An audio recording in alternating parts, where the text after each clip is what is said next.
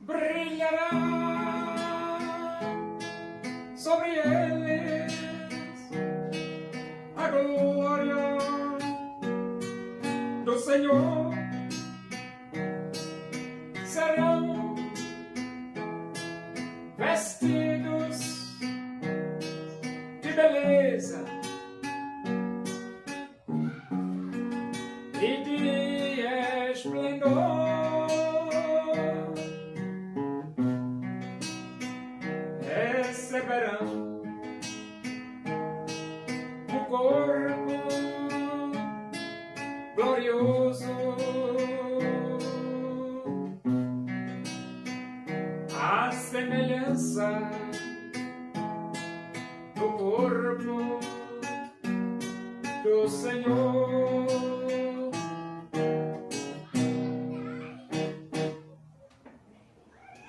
Vamos abrir a Bíblia Sagrada, Epístola de Paulo aos Efésios, capítulo 1. Nós vamos ler do versículo 15 até o versículo 23. Diz assim as Escrituras Sagradas, a palavra de Deus. Por isso também eu, tendo ouvido a fé que há entre vós no Senhor Jesus e o amor para com todos os santos, não cesso de dar graças por vós, fazendo menção de vós nas minhas orações, para que o Deus de nosso Senhor Jesus Cristo, Pai da glória, vos conceda espírito de sabedoria e de revelação no pleno conhecimento dele, iluminados os olhos do vosso coração para saberdes qual é a esperança do seu chamamento, qual a riqueza da glória da sua herança nos santos,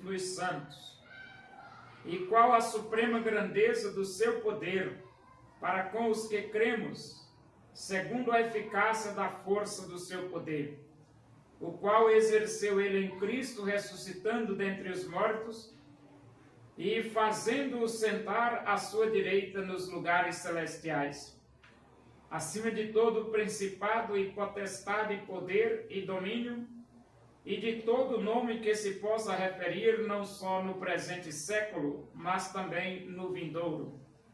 E pôs todas as coisas debaixo dos pés, e para ser o cabeça sobre todas as coisas, o deu à igreja, a qual é o seu corpo, a plenitude daquele que a tudo enche em todas as coisas.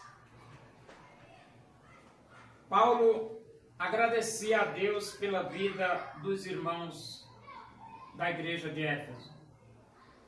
E a razão era a fé daqueles irmãos e o amor que aqueles irmãos tinham uns para com os outros.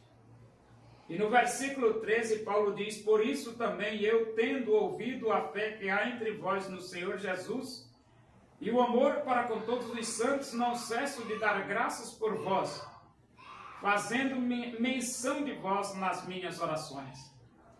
Paulo não só agradecia a Deus pela vida dos irmãos da igreja de Éfeso, como também ele gastava tempo orando pela igreja, pelos irmãos de Éfeso.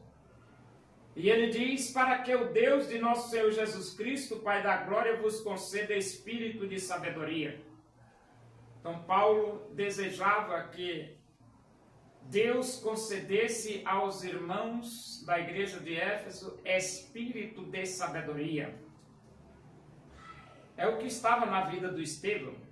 O Estevão, ele tinha tanta sabedoria que os adversários não conseguiam se sobrepor às palavras com que Estevão falava. E a Bíblia diz, espírito de sabedoria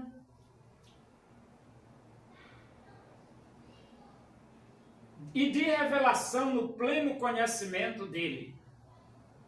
A vontade de Deus é que o conhecimento de Jesus na vida da igreja seja pleno, um conhecimento pleno, completo. E esse conhecimento pleno e completo é que vem aí a unidade da igreja. um só pensamento da igreja. Só que esse conhecimento pleno, ele só vem através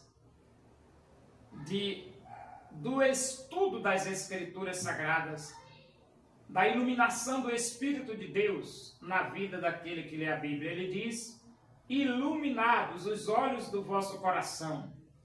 Então, Deus pode iluminar, no sentido de fazer-nos entender as Escrituras Sagradas. Para saberdes qual é a esperança do seu chamamento, Deus nos chamou e esse chamado tem uma grande esperança. E essa esperança é na casa de meu Pai, há muitas moradas. E ele diz, qual a riqueza da glória da sua herança nos santos? Nós somos herdeiros de Deus. E a Bíblia diz, nem olhos viram, nem ouvidos ouviram, nem jamais penetrou em coração humano o que Deus tem preparado para aqueles que o amam.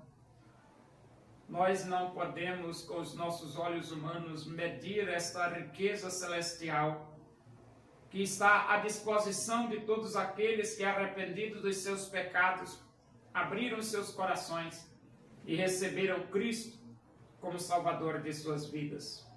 E ele diz, e qual a suprema grandeza do seu poder para com os que cremos, segundo a eficácia da força do seu poder, o qual exerceu ele em Cristo, ressuscitando dentre os mortos. Então nós, os que cremos, vamos experimentar o poder de Deus. Da mesma forma que Deus ressuscitou Jesus dentre os mortos com o seu poder, Deus também nos ressuscitará. E isso significa que todos aqueles que, arrependidos dos seus pecados, abriram seus corações e receberam Cristo como Salvador de suas vidas, alcançaram a imortalidade. A morte não tem mais vitória sobre aquele que crê em Jesus Cristo como Salvador. Porque a própria morte é derrotada quando o poder de Deus é exercido e somos ressuscitados de entre os mortos. O que Deus fez com Jesus. E ele diz, o qual exerceu ele em Cristo, ressuscitando dentre os mortos, fazendo-o assentar à sua direita nos lugares celestiais. Então Jesus morreu, Jesus foi sepultado, mas Deus exerceu seu grande poder e ressuscitou Jesus e o fez assentar à sua direita nos lugares celestiais. Acima de todo principado e potestade, poder e domínio, e de todo nome que se possa referir, não só no presente século, mas também no vindouro. Com isto, o nome de Jesus está acima de qualquer poder. É por isso que a Bíblia diz que todos os regimes governamentais estão sob a jurisdição de Jesus. Porque Jesus, diz a palavra, toda a autoridade me foi dada no céu e na terra. Quem manda no planeta Terra, quem manda nas estruturas governamentais deste planeta, é o Senhor Jesus. E pôs todas as coisas debaixo dos pés, e para ser o cabeça sobre todas as coisas o deu à igreja. Então todas as coisas estão debaixo dos pés de Jesus. E a igreja é o corpo de Cristo, e Cristo é o cabeça da igreja. É por isso que a igreja é a instituição mais importante do planeta Terra, porque a igreja é o corpo de Jesus, que é a autoridade sobre principado, potestades, poderes, tudo que se possa pensar. O nome de Jesus está acima de todos eles. E acima de todo o poder, o nome de Jesus está. E esse Jesus, Deus deu à igreja para ser o cabeça da igreja, e a igreja o corpo. E ele diz, a qual é o seu corpo, a plenitude daquele que a tudo enche em todas as coisas. A igreja é a instituição mais privilegiada do planeta por ser o corpo de Jesus, o corpo de Cristo.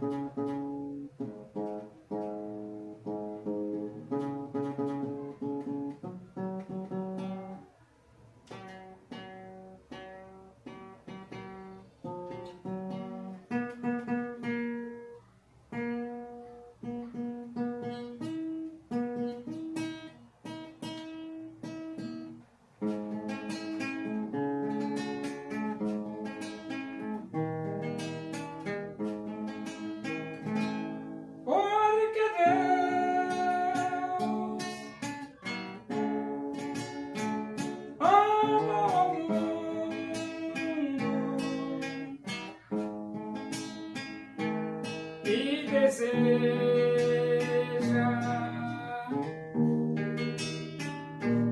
te salvar.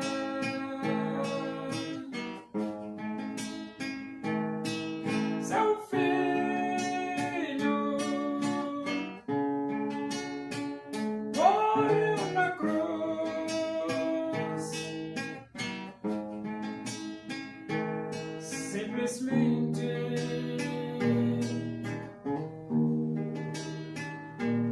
por te amar.